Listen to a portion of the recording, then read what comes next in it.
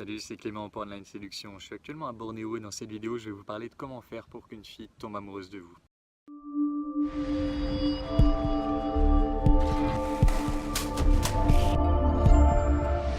Et ce que je vais faire, c'est que je vais vous parler des 3 piliers nécessaires pour développer un sentiment amoureux. C'est une théorie que j'ai appris dans un cours de psychologie de Berkeley, qui est l'une des meilleures universités au monde. Et ce que je vais faire, c'est que je vais vous parler de chacun des piliers les uns après les autres en vous donnant des stratégies concrètes pour que vous puissiez développer ça dans la relation que vous essayez de créer. Le premier pilier, c'est probablement le plus évident, c'est le désir. Il faut qu'il y ait du désir sexuel si vous voulez créer un sentiment amoureux chez une femme. Maintenant, comment est-ce que vous allez faire? Je ne vais pas aller trop dans les détails dans cette vidéo-ci parce que je vais faire une vidéo spécifique sur la sexualisation qui sert à générer désir chez la personne que vous avez en face.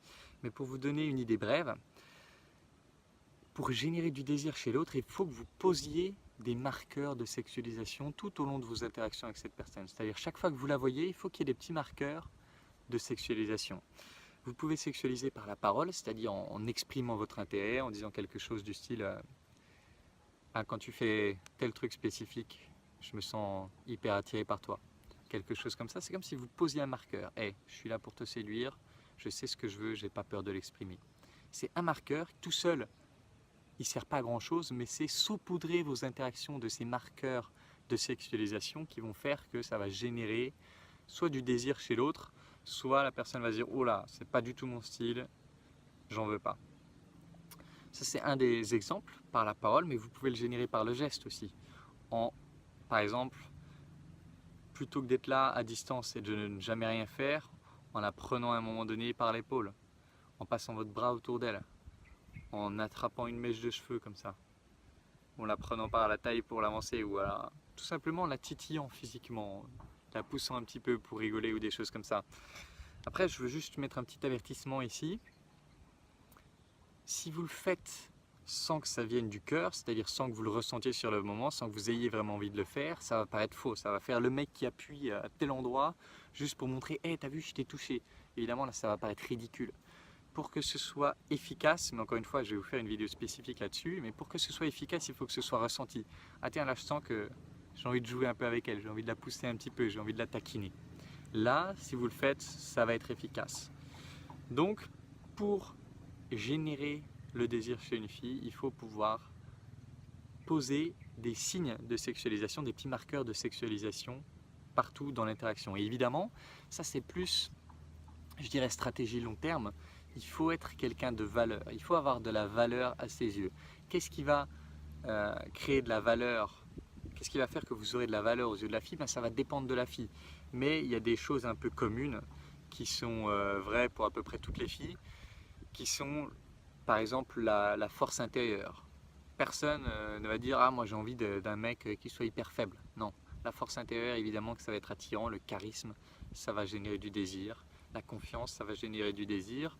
Et aussi, mais ça j'y reviendrai plus tard dans cette vidéo, la capacité à créer une connexion forte avec l'autre. Parce que je vais plus facilement ressentir du désir pour quelqu'un quand je sens que j'ai un feeling. Alors cette idée de feeling, en fait c'est quelque chose qui se construit.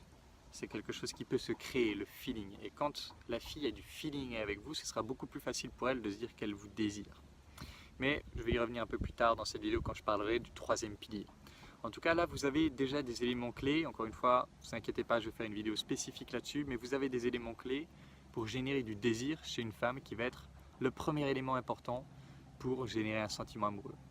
Maintenant, prenez le désir et rajoutez-y le 2e pilier qui est l'engagement. L'engagement, ça veut dire j'ai envie de maintenir cette relation sur du moyen long terme. Comment est-ce que vous allez générer l'engagement? L'engagement, il va y avoir un peu 2 pistes. La première, c'est tout simplement le fait de planifier des contacts réguliers avec cette personne. Les contacts réguliers, ça peut être des activités, c'est-à-dire tiens, mardi on va faire ça, et puis vendredi on va faire ça, et puis mardi prochain on va faire ça. Et avoir régulièrement dans l'emploi du temps des activités avec cette personne fait que vous avez tout simplement beaucoup plus de temps avec cette personne et à des moments séparés, ce qui va lui dire, ce qui va envoyer un message à son esprit de hey, cette personne, c'est une personne que je vois régulièrement. Cette personne, c'est quelqu'un qui est dans mon cercle proche, par définition. Et donc si je le vois régulièrement et que je m'y habitue, ça va être facile pour moi de replanifier d'autres activités. Ce que ça veut dire concrètement, c'est qu'en plaçant des activités régulières, vous montrez à cette fille que hey, je suis là dans ton quotidien, et du coup, ça l'incite à désirer maintenir cette relation sur le long terme si les moments que vous passez sont des moments de qualité.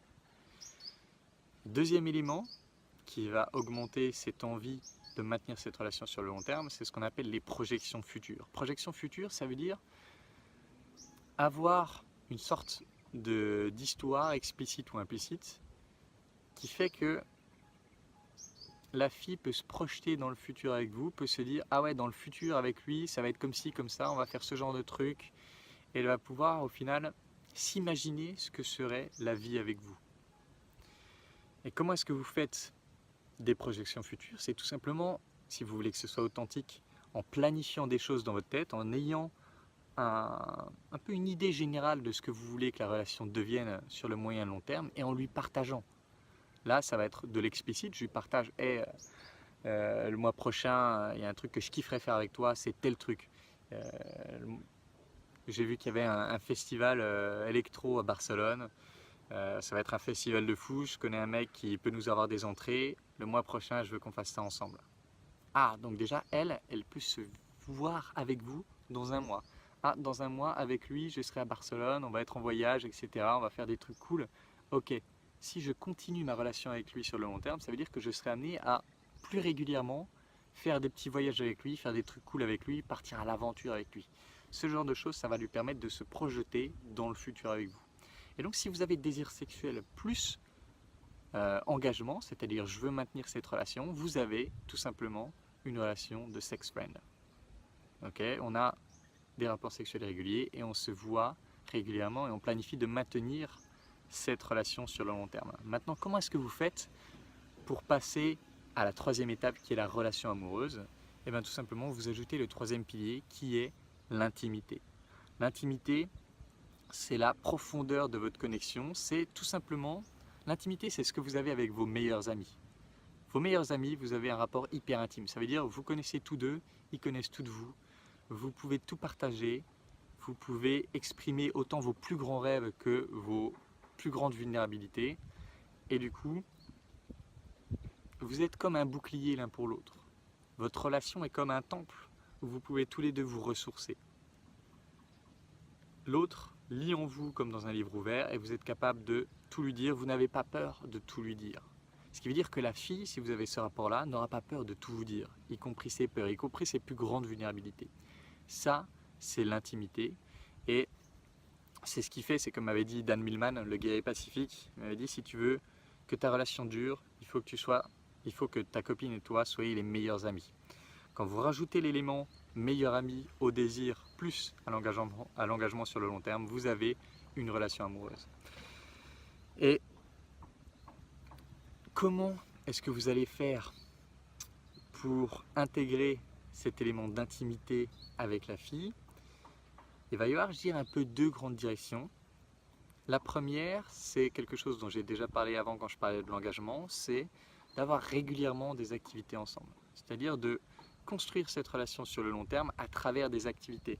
Il y avait une étude qui a été réalisée, encore une fois, je crois que je l'ai appris dans le même cours de Berkeley, une étude qui parlait de l'intimité où il disait qu'ils avaient pris deux groupes de personnes. Le premier groupe de personnes, ils les avaient mis dans une salle pendant 2 heures ou 3 heures, je ne sais plus, et où ils pouvaient discuter de tout et n'importe quoi. Et dans le deuxième groupe, ils mettaient les gens 2 par 2, à chaque fois c'était 2 par 2, même dans la salle. Dans le deuxième groupe, ils mettaient des gens 2 par 2, et ils les faisaient gravir une petite montagne ensemble sans parler. Ils n'avaient même pas le droit de se dire leur prénom. Ils devaient juste grimper la montagne ensemble. Et à la fin de chacune de ces activités, pour les deux groupes, ils demandaient aux personnes de noter leur niveau de proximité, d'intimité avec la personne avec qui ils avaient fait l'activité. C'est-à-dire à quel point est-ce que vous vous sentez proche de cette personne. Et ce qu'ils ont trouvé qui était vraiment choquant, c'est que entre les personnes qui avaient parlé un peu de tout et de rien pendant 3 heures et les personnes qui avaient monté une montagne ensemble sans s'adresser la parole, ceux qui se sentaient le plus proches l'un de l'autre sont ceux qui avaient gravi la montagne ensemble. Ils connaissaient rien l'un de l'autre, mais ils avaient vécu un moment fort ensemble et du coup ils se sentaient proches l'un de l'autre. Ce que ça veut dire, et ce que vous pouvez appliquer très concrètement pour développer un sentiment amoureux avec la personne qui vous plaît, c'est que si vous créez des activités, si vous faites des activités ensemble qui vont être fortes, ça va, sans même que vous ayez besoin de parler, générer un sentiment de proximité entre vous. Et qui dit proximité dit intimité, qui dit intimité, si on rajoute les deux piliers, dit sentiment amoureux. Donc ce que ça veut dire concrètement, c'est faites une liste d'activités que vous kifferiez faire avec votre nana de rêve. Faites une liste de ces activités et proposez ces activités aux nanas qui vous plaisent. Emmenez-les dans ces activités. Donc ça, c'était un des deux éléments. Le deuxième élément, encore une fois, comme je vous ai dit, je ferai une vidéo spécifique là-dessus, mais c'est la connexion authentique. La connexion authentique, c'est une méthode qui permet d'explorer le monde de l'autre en profondeur, qui permet d'explorer ses rêves, mais aussi d'explorer ses vulnérabilités, qui permet d'explorer en profondeur ce que ça fait que d'être elle. C'est quoi sa vision du monde? Qu'est-ce que ça fait que d'être dans ses chaussures?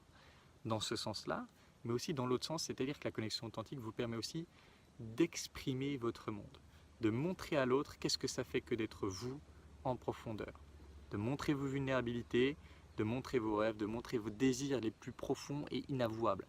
Et en fait, en échangeant ce genre d'informations profondes, c'est quelque chose que, quand je fais des ateliers, au bout d'une minute, les gens de l'atelier sentent de quoi je parle. C'est quelque chose, voilà, les gens me disent souvent « Ah, mais tant que je n'avais pas fait, je ne pouvais pas comprendre de quoi il s'agissait, mais maintenant que je l'ai fait, j'ai compris. » La connexion authentique, voilà, ça se sent plus que ça ne s'explique, mais en gros, c'est des techniques qui permettent d'explorer le monde de l'autre en profondeur et en même temps en douceur. Un exemple, je dirais classique et simple à faire tout seul, c'est l'idée de la curiosité authentique. Souvent, quand on est en rendez-vous, on va être là en train de se dire « Merde, comment est-ce que je vais faire pour combler les blancs ?» On essaie de sortir la première question qui nous passe par la tête. On se fout un peu de la réponse, mais on la sort juste pour gagner du temps. Du coup, ce que ça va faire, c'est que ça crée un peu une conversation fausse, parce que si la personne répond, elle va répondre, mais elle sent bien que vous vous en foutez. Vous écoutez pas trop la réponse, parce que vous êtes en train de penser à la question suivante. Et du coup, il y a toute une conversation qui se passe, mais qui est fausse, parce que ni vous ni elle n'êtes intéressé par cette conversation. Alors que la façon, connexion authentique, de faire ce genre de choses, c'est de prendre son temps pour aller chercher une question dont j'ai vraiment envie de connaître la réponse. Ça s'appelle curiosité authentique. Une question dont j'ai vraiment envie de connaître la réponse, et en faisant ça, ok, peut-être que je crée un blanc de 3-4 secondes, 5, 6, mais quand je pose ma question, j'ai vraiment envie de connaître la réponse, et du coup, je vais vraiment écouter la réponse. Et comme l'autre sent que j'écoute vraiment la réponse, il va se livrer plus, il va aller plus loin dans sa réponse. Et comme moi, j'écoute vraiment, je vais pouvoir repérer les endroits où j'ai envie d'en savoir encore plus. Et du coup, reposer une question beaucoup plus facilement sans avoir à réfléchir à quelle question je devrais poser. C'est juste parce que, ah tiens, j'ai repéré ça dans ce qu'elle dit, tiens, j'ai envie d'en savoir plus là-dessus. Et je repose une question qui va l'amener à aller encore plus en profondeur dans ce qu'elle est en train de vous partager. Et du coup, plus vous allez en profondeur dans la conversation, même si ça peut sembler, ah, je suis dans la friend zone, plus vous allez en profondeur dans une conversation, plus vous créez de l'intimité, plus vous créez même de l'amitié avec cette fille. Et il y a un mythe sur la friend zone qu'il faut vraiment détruire à tout jamais. À force de parler de la friend zone, il y a plein de gens qui ont mal compris ça et qui se sont dit « Ah, ça veut dire qu'il ne faut pas être ami avec la fille. » Non. Ce que ça veut dire, c'est qu'il ne faut pas être que ami avec la fille. Il ne faut pas être simplement son ami. Là, en effet, vous êtes mort pour une relation amoureuse. Mais pour une relation amoureuse, il faut être le meilleur ami de la fille. Il faut être son meilleur ami. Donc il faut être archi ami avec elle, archi friend zone avec elle. Mais pas que. La friend zone, c'est quand vous avez qu'un seul pilier qui est l'intimité. Mais si vous rajoutez les deux autres piliers, non, la friend zone, c'est d'ailleurs quand vous avez intimité et engagement. Ça, c'est la vraie friend zone. Si vous manque le pilier désir, vous êtes dans la friend zone. Sauf que là, dans cette méthode que je vous partage, il y aura le désir qui va faire que bien sûr vous serez son meilleur ami et vous aurez envie de garder cette relation de meilleur ami sur le long terme. Mais en plus de ça, vous aurez le désir qui va faire que c'est une relation amoureuse. J'espère que cette vidéo pourra vous aider à bien comprendre comment vous allez pouvoir faire.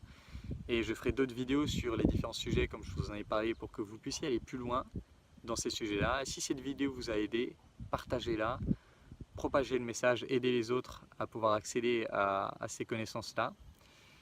Et voilà, en attendant la prochaine vidéo, j'espère vous retrouver soit sur cette vidéo, soit sur le site Online Séduction, où je vais commencer aussi à écrire des articles sur tous ces sujets-là. Encore une fois, j'espère que ça vous aura aidé. Et en attendant la prochaine vidéo, je vous embrasse et je vous dis à bientôt. Ciao.